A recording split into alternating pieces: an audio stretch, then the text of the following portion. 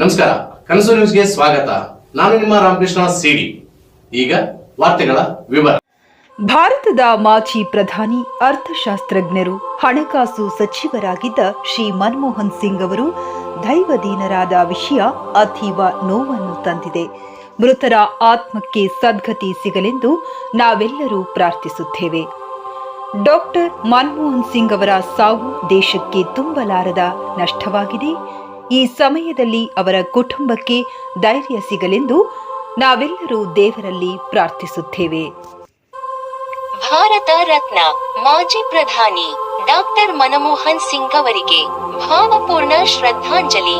ದೇಶ ಕಂಡ ಸರಳ ಸಜ್ಜನಿಕೆಯ ಆರ್ಥಿಕ ತಜ್ಞ ಎಚ್.ಆರ್. ಶ್ರೀನಾಥ್. ಗಂಗಾವತಿ. ಭಾರತದ ಆರ್ಥಿಕ ಸಂಕಷ್ಟದ ಸಂದರ್ಭದಲ್ಲಿ 2004 ರಿಂದ 2014 10 ವರ್ಷಗಳ ಕಾಲ ಪ್ರಧಾನಿಯಾಗಿ ಸೇವೆ ಸಲ್ಲಿಸಿ ಭಾರತದ ಆರ್ಥಿಕ ಸದೃಢತೆಗೆ ಮುನ್ನುಡಿ ಬರೆದ ಭಾರತ ರತ್ನ ಡಾಕ್ಟರ್ ಮನಮೋಹನ್ ಸಿಂಗ್ ಅತ್ಯಂತ ಸರಳ ಸಜ್ಜನಿಕೆಯ ರಾಜಕಾರಣಿ ಎಂದು ಹೇಳಿದರು.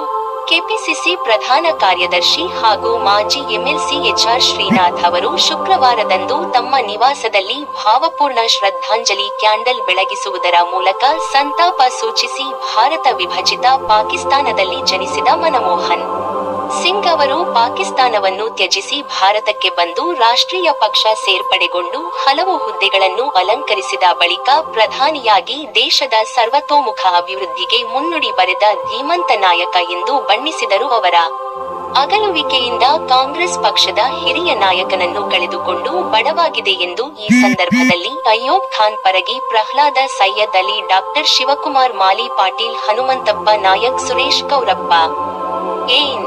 ಕೃಷ್ಣಪ್ಪ, ಜಿಲ್ಲಾ ಉಪಾಧ್ಯಕ್ಷರು, ಸಂಗಾಪುರ ಸೇರಿದಂತೆ ಅಪಾರ ಹಿತೈಷಿಗಳು, ಕಾರ್ಯಕರ್ತರು ಇದ್ದರು. ಮುಂದಿನ ವಾರ್ತೆಗಳೊಂದಿಗೆ ಭೇಟಿಯಾಗೋಣ. ನಮಸ್ಕಾರ.